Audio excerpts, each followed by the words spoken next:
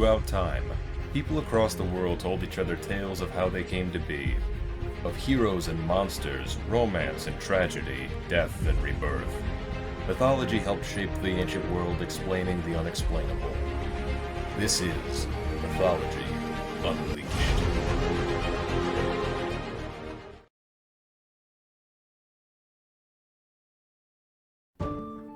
Centuries ago, on the banks of the River Wear near Durham, England, stood Lambton Castle, the heir of which was John Lambton, a lazy and self-centered youth who never did anything aside from what he wanted to do.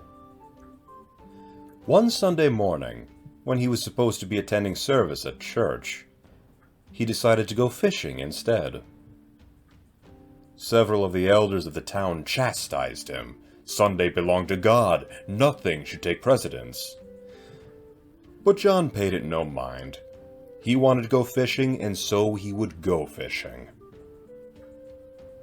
After a few hours sitting upon the riverbank and having abysmal luck, John's line suddenly went taut. Something was pulling on the hook. Something very strong. Thinking it may be a sizable fish, John pulled and pulled with all his might, until at last he brought his catch up to the surface. But when John examined his catch, it was not a fish at all.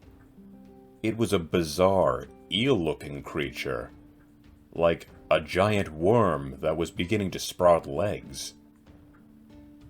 Seeing this abomination, John threw the creature into a nearby well, believing himself to be rid of the wretched creature. As time would go on, John left his home to fight the Crusades in a foreign land. Though John was gone for the time being, the worm he had caught from the river and thrown into the well was still very much alive.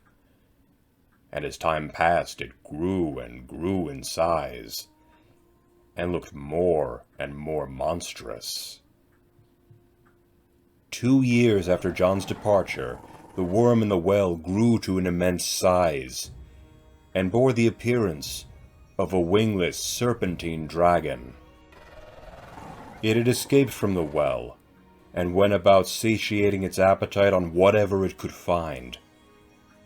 Livestock, fish, and game surrounding the area began to gradually, steadily dissipate, falling victim to the dragon's appetite. Any villager or traveler who encountered the beast would likewise meet the same grisly fate. In an effort to subvert the potential attacks on people and livestock, the village began to leave a daily offering to the worm. At first they offered a trough filled with 20 gallons of milk.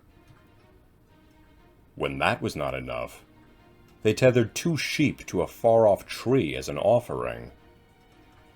The worm grew larger and larger, and the people grew poorer and poorer.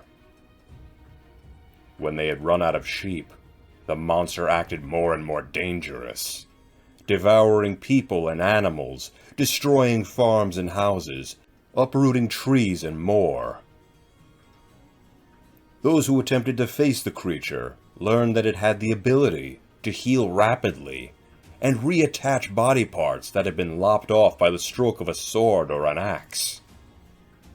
The worm seemed unkillable, and the land seemed doomed.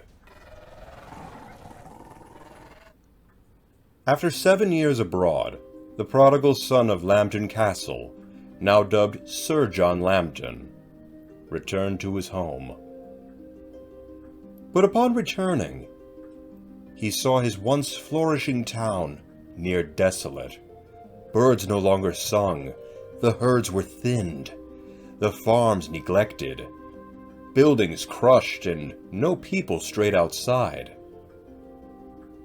John inquired his father as to what had happened, and when he had learned of the atrocities of the dragon, he came to the brutal realization that this monster was the same ugly, pitiful worm he had cast into the well all those years ago.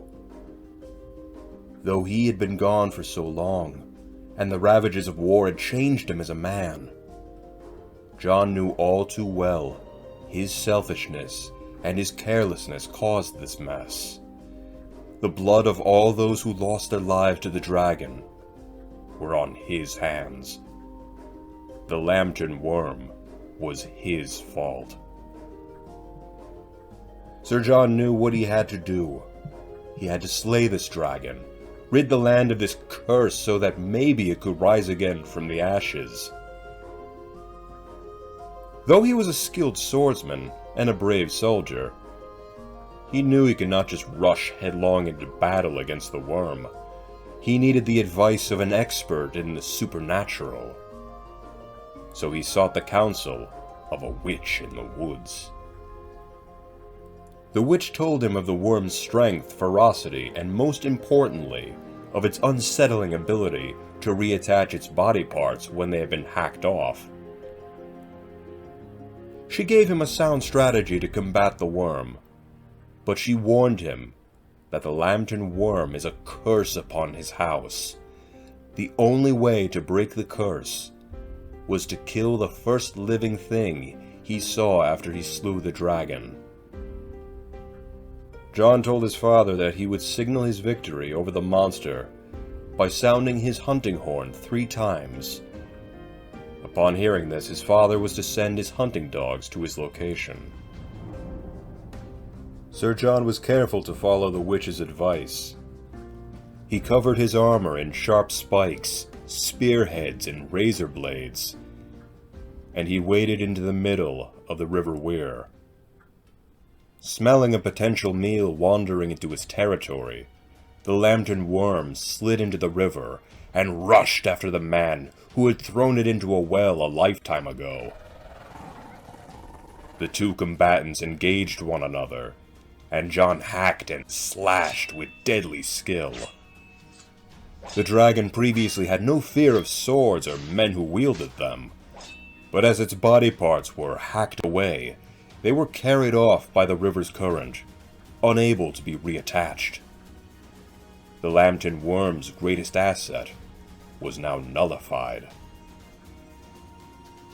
In a last-ditch effort to save itself, the Lambton worm constricted itself around the knight, gripping him in his coils. But alas, the spearheads and razor blades of John's armor pierced deep into the wretch's hide, killing it all the faster. Bleeding from countless wounds, the Lambton worm died within moments. The light left its eyes, and the dragon's corpse floated downriver in pieces. The village was finally safe from its wrath and gluttony. John Lambton's shame finally ended. But Lambton's suffering was not yet over.